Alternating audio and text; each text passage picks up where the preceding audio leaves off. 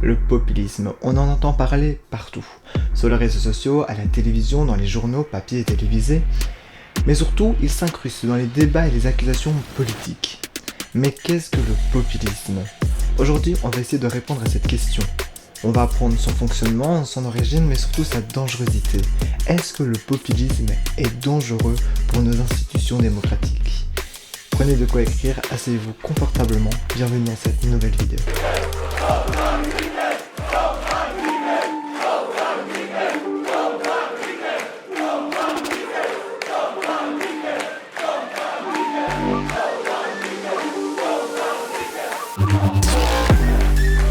In Springfield, they're eating the dogs, the people that came in. They're eating the cats. They're eating the pets of the people that live there. And this is what's happening in our country, and it's a shame. Et une économie en vase clos. Nous ne reculerons pas. Nous ne capitulerons pas. Nous allons mettre en œuvre les changements dont le pays a besoin, car nous sommes convaincus qu'embrasser l'idée de liberté est la seule issue pour sortir du gouffre dans lequel on nous a jetés. Malheureusement, je dois vous le répéter, il n'y a plus de pognon. Aïe, blabla. Pour cela, nous devons restaurer la nation, la sauver de l'arbitraire, des féodalités, du communautarisme et des technocrates illégitimes. Nous restaurerons la nation en l'affranchissant et en y restaurant les droits fondamentaux, le pouvoir du peuple, par le peuple et pour le peuple.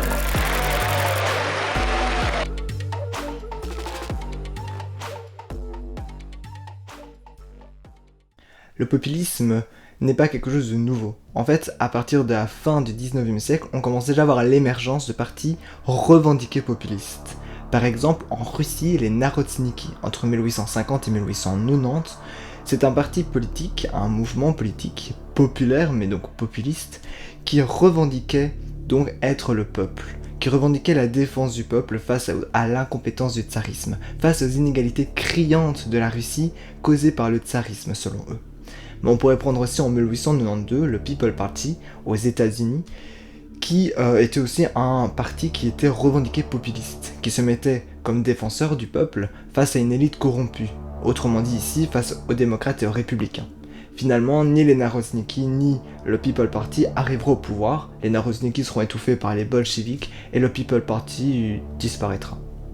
Au XXe siècle, une nouvelle vague de populisme arrive, dans une Europe qui est chamboulée par les guerres et l'instabilité économique et sociale, mais surtout chamboulée de la Première Guerre mondiale.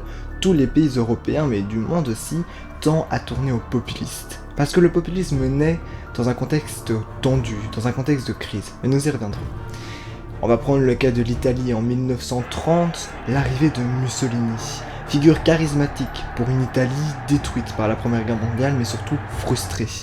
Il arrive à passer tous les mailles du filet, il se radicalise au pouvoir et arrive à avoir l'ensemble du Parlement. Mussolini arrive sur base d'un nationalisme profond. Il va utiliser discours populaires, discours chocs et émotionnels basés sur la frustration des Italiens. Et ça marche.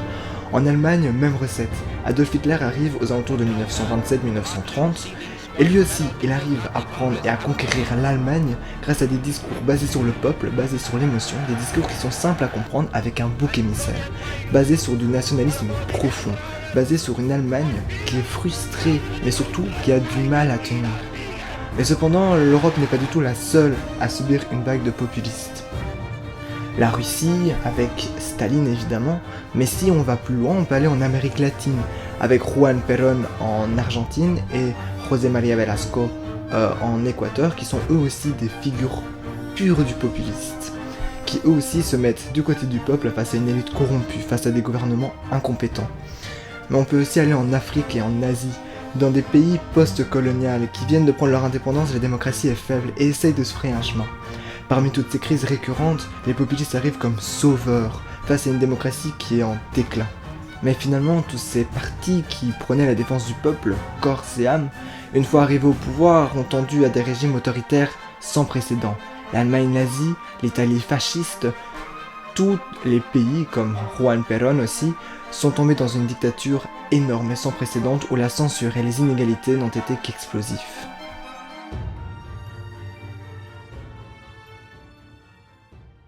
Ça, c'était pour la partie historique. Maintenant, penchons-nous sur qu'est-ce que réellement le populisme. Il est important de savoir le définir, pour pouvoir le comprendre, pour pouvoir le déceler. Comme l'explique Kazmudel et Rovira Kazwasser, le populisme est une idéologie mince. C'est une idéologie qui en fait n'en est pas une. On est plutôt sur un style politique, au contraire du capitalisme ou du communisme, qui ont toute une structure économique, sociale, qui ont eu un fil conducteur, qui ont eu un curseur, comme Karl Marx pour le communisme ou Adam Smith pour le capitalisme. Le populisme, il a personne. Le populisme, personne n'a décidé de le guider. C'est pas un mouvement, c'est pas une idéologie qui a été construite. À vrai dire, il n'y a pas d'économie populiste. Mais c'est plutôt un style politique qui vient s'accrocher aux idéologies déjà existantes. Un populisme qui va d'ailleurs s'accrocher plutôt dans les discours, la manière d'approcher un discours, les attaques aussi. Le populisme va plutôt donc avoir cette idée d'un peuple pur, vertueux, face à une élite corrompue, face à un gouvernement incompétent. Des féodalités, du communautarisme et des technocrates illégitimes. Nous restaurerons la nation en l'affranchissant et en y restaurant les droits fondamentaux, le pouvoir du peuple, par le peuple et pour le peuple. Prennent conscience que l'immigration fait peser aujourd'hui une menace de civilisation sur notre société, qu'elle déstabilise profondément les grands équilibres de nos nations. C'est d'ailleurs pour ça qu'il n'est en fait que dans des contextes de crise. Quand on a un contexte de crise récurrente, des crises économiques, migratoires ou environnementales, le populisme naît, tout simplement parce qu'il naît dans une colère populaire. Quand le peuple en a marre de voir un gouvernement qui n'est pas assez rapide, et bien les populistes arrivent en disant « nous, une fois au pouvoir, on va être beaucoup plus rapide ». Parce que s'il y a tel problème, il suffit de faire ça. Par exemple, si on prend le populisme à droite, avec le cas par exemple du Rassemblement National, on va avoir un populisme qui va être raciste et qui dira tout simplement « on a une crise économique sans précédent ». Du coup, le meilleur moyen c'est de dégager tous les immigrés. En les dégageant, tout ira mieux. C'est une réponse simple face à une question complexe. Parce qu'en fait, le discours populiste, c'est avant tout un discours qui est simple, qui est sans nuance, qui est sans complexité, qui est court et qui est basé sur l'émotion. Encore une fois, ça paraît logique, on est dans un contexte de crise économique, de crise récurrente, donc il faut quelque chose de rapide, parce que c'est ça qu'on attend en tant que population. Quelque chose de rapide, un changement rapide. Et c'est sur ça que les populistes se basent pour pouvoir y arriver. Si Mussolini et Adolf Hitler ont réussi à monter au pouvoir, c'est bien parce qu'ils promettaient des réponses rapides et efficaces.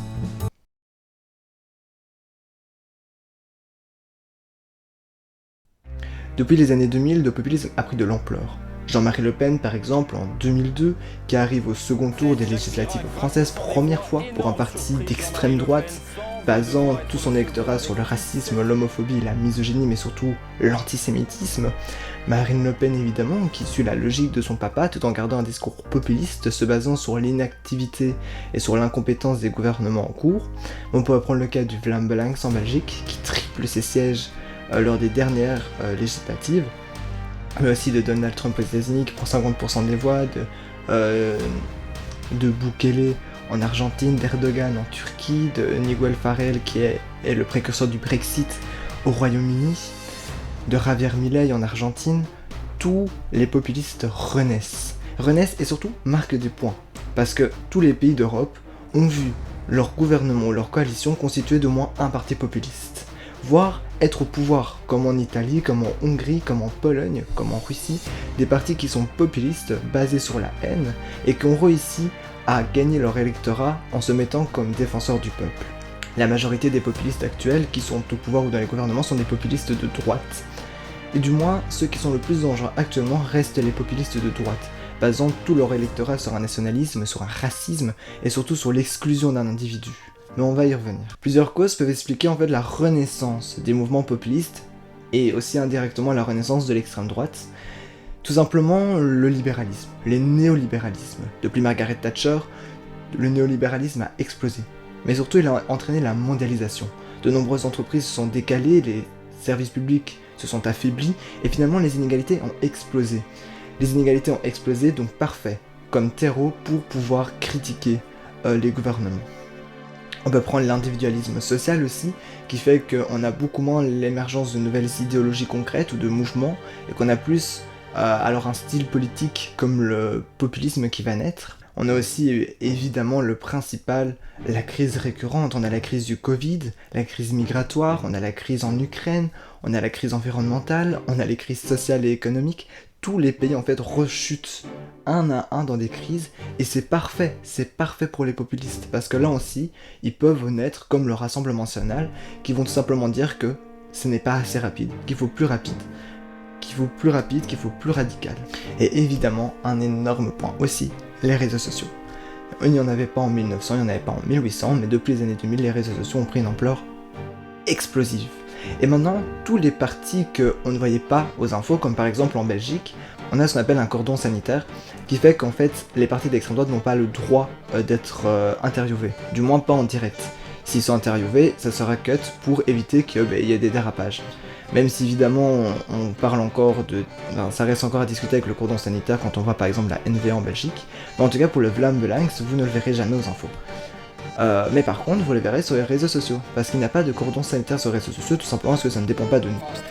Et du coup, c'est comme ça que le Vlaams Belangs en Belgique, parti d'extrême droite, anti-wallon, donc qui est pour l'indépendance de la Flandre, arrive à tripler son score simplement parce qu'il arrive à toucher les jeunes grâce aux réseaux sociaux. Parce que les réseaux sociaux, ça permet d'avoir une bulle idéologique. Si vous êtes de droite, vous aurez principalement des TikTok de droite, même chose si vous êtes d'extrême droite ou de gauche.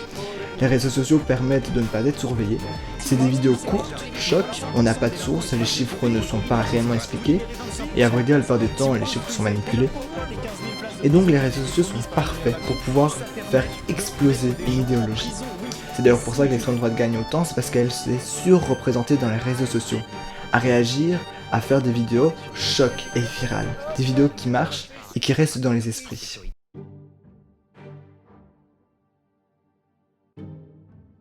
Finalement, une nouvelle question peut venir à se poser. Est-ce un danger pour notre démocratie ? Les populistes, on peut les séparer en plusieurs catégories. Comme je vous l'ai dit, il y a les populistes de gauche, de centre, de droite, d'extrême droite, de droite, peu importe, il y en a beaucoup. Mais par contre, ce que l'on peut dire, c'est que pour notre démocratie, il y a vraiment une nuance à apporter. Les populistes, dans tous les cas, ça peut être dangereux. On a un manque de nuance, on est basé sur l'émotion, et on est surtout basé sur un discours qui est simple. Mais par contre, certains sont pires que d'autres. Le populisme de gauche va certes utiliser des discours chocs, émotionnels, voilà, comme pour avoir le PTB en Belgique, ou alors la France Insoumise en France, mais qui pour autant vont surtout défendre une idée d'égalité. Faire en sorte que le peuple, ça soit tout le peuple, tout le monde. Tous les ennemis ne vont pas devoir être éloignés, ils vont devoir être discutés, débattre. Tous les ennemis font partie du peuple. Et ça, c'est une nuance à apporter. Là où, à droite, comme par exemple le Rassemblement national, on va utiliser un discours défenseur du peuple, mais en fait le peuple, c'est déjà une certaine élite. C'est que ça va pas être tout le peuple, les homosexuels, les femmes, les noirs, c'est sur le côté. Donc on n'est pas sur un vrai peuple. Et ça c'est dangereux, parce qu'un parti qui arrive et qui ne considère pas ses ennemis comme le peuple, bah c'est dangereux. C'est dangereux parce que ça fait virer à des régimes autoritaires, comme on a pu le voir en Hongrie par exemple. Mais surtout, on a une vraie question qui se met. Comme les populistes de droite vont défendre le peuple, une élite plutôt du peuple, et bien on peut se demander finalement pour qui est-ce qu'ils se battent. Est-ce vraiment pour le peuple ou pour leur intérêt ? Et ça aussi c'est un réel problème. C'est que derrière des discours flambant neufs, mettant comme bouc émissaire les personnes immigrées, les personnes racisées, finalement à qui va toute leur loi ? Et souvent ça va au parti lui-même, comme encore une fois on peut le voir en Italie, en Hongrie ou même avec le Rassemblement national, premiers à dire que les immigrés volent leur argent, mais surtout les premiers à voler dans la caisse de l'Europe. Le meilleur exemple de dangerosité du populisme de droite, c'est évidemment Donald Trump. Sur base d'un discours raciste, homophobe, xénophobe, il a réussi à légitimer tous ses malheurs grâce à un discours populaire, en disant que je suis le peuple, et si je dis tout ça c'est pour défendre le peuple. C'est défendre une idée de notre culture, notre peuple, est en danger à cause d'un autre peuple. Et ça aussi, purement raciste évidemment, purement xénophobe, mais c'est dangereux. Et on le voit aux États-Unis, eux qui ont voté pour les raisons économiques, pour des raisons idéologiques, malgré le fait qu'il y ait beaucoup moins d'immigrés finalement, vu qu'ils sont tous déportés dans un autre pays, rien ne change. L'immobilier ne change pas, les prix augmentent, et à vrai dire, il y a beaucoup moins de main-d'œuvre. Les emplois n'explosent pas, parce que personne ne veut faire les emplois de ces personnes immigrées. Et donc en fait, rien ne change aux États-Unis, hormis une dictature, parce que comme j'ai pu le dire, les populistes de droite considèrent leur ennemi non pas du peuple, mais exclus du peuple, et du coup tous les ennemis de Trump sont mis sur le côté. Donc c'est dangereux pour nos démocraties, tout simplement parce que ça vire à l'autoritarisme, au totalitarisme, désolé, au moment où on ne considère pas son ennemi comme faisant partie du peuple. Et ça, c'est un réel problème et une réelle dangerosité, surtout que les discours populistes parlent de plus en plus parce qu'elles utilisent l'émotion. Un autre point qui peut être aussi dangereux, tant pour les populistes de gauche que les droites, mais surtout encore une fois les populistes de droite, enfin d'extrême droite plutôt, c'est qu'en fait on a une énorme méfiance des institutions, méfiance du système, méfiance de l'état de droit, méfiance des médias, et à juste titre évidemment tout doit être remis en question. Mais là où les populistes à gauche vont vouloir remettre en question tout en plutôt réformant, l'extrême droite elle considérera qu'il faut tout changer. Que l'état de droit est un mensonge, que les médias traditionnels mentent, et que s'ils n'arrivent pas, c'est parce que eux nous mentent. Et ça c'est aussi un problème, c'est créer une méfiance globale de tout, et finalement plus personne ne croit rien. Et principalement par exemple les scientifiques. Quand on l'a pu le voir au Covid, où on a tous les discours populaires aussi, finalement les scientifiques ne sont pas écoutés. Or, c'est eux qu'il faut écouter, parce que eux ont la vérité, eux ont les infos, ont les données. Et si par exemple on prend le climat, même chose, le Rassemblement National criera que c'est pas essentiel, mais pourtant les scientifiques crieront que c'est essentiel. Pourtant, à cause de ce climat de méfiance que les populistes nous mettent, on a tendance à ne plus croire ces grandes institutions. Au même titre que l'Europe, on fait croire que l'Europe est quelque chose de méchant, qui a plus de défauts que de qualités, mais finalement si on regarde le Brexit, ils regrettent bien. Et une énorme partie de la population, en fait, voudrait retourner dans l'Europe tout simplement parce que c'est un échec. Le Brexit, c'est juste crise sur crise, encore plus quand on a eu la crise du Covid ou la crise en Ukraine, où le Royaume-Uni s'est retrouvé finalement seul, sans aide européenne. Et donc tous ces partis qui sont pour autant anti-européens le deviennent petit à petit, au même titre que le Rassemblement National.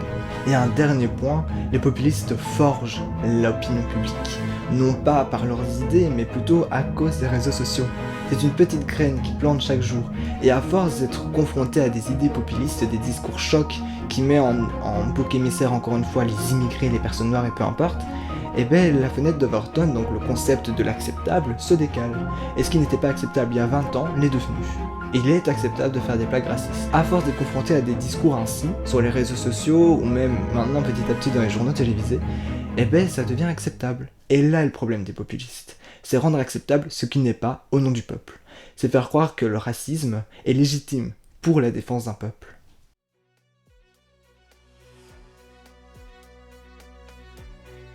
En conclusion, le populisme n'est pas une idéologie, ni même un mouvement, mais un style politique qui se greffe à des idéologies déjà existantes. Sans curseur, sans modèle économique ou social, le populisme surfe sur des discours émotionnels. Parfois racistes, misogynes ou xénophobes, les populistes arrivent à percer grâce à de nombreuses crises. Ne laissons pas les populistes, principalement ceux d'extrême droite, prendre le dessus. Il faut nuancer, il faut comprendre, il faut visionner et il faut surtout vérifier les informations. Toutes celles que vous voyez, même celles-ci de cette vidéo, il faut les voir, et encore plus quand les sources ne sont pas données. D'ailleurs, en parlant de sources, toutes mes sources seront en description, évidemment. J'ai pu déjà m'aider grâce au Monde, Le Monde, le journal, à beaucoup de journaux d'ailleurs, beaucoup d'analyses, mais je me suis basé sur 2 travaux en particulier. Celle-ci, qui est donc Analyse des causes de la montée du populisme dans la société occidentale, de Nathan Lallemand. C'est d'une institution de la Fédération Wallonie-Bruxelles, donc travail plutôt pertinent. Et aussi, mais je m'en suis pas beaucoup basé, mais je m'en suis quand même basé un petit peu, le danger de la montée du populisme, de Human Rights Watch. Je mettrai les liens en description, n'hésitez pas à me reprendre si vous voyez que j'ai fait des erreurs, à mettre les précisions si vous voyez qu'il en faut, et surtout n'hésitez pas à poser des questions, à proposer des sujets, peu importe, politique ou pas, tous les sujets sont la bienvenue, même psychologiques, mathématiques, peu importe, tous les sujets sont intéressants à discuter. N'hésitez pas à liker, à commenter, à vous abonner et à me suivre sur les réseaux sociaux. Merci.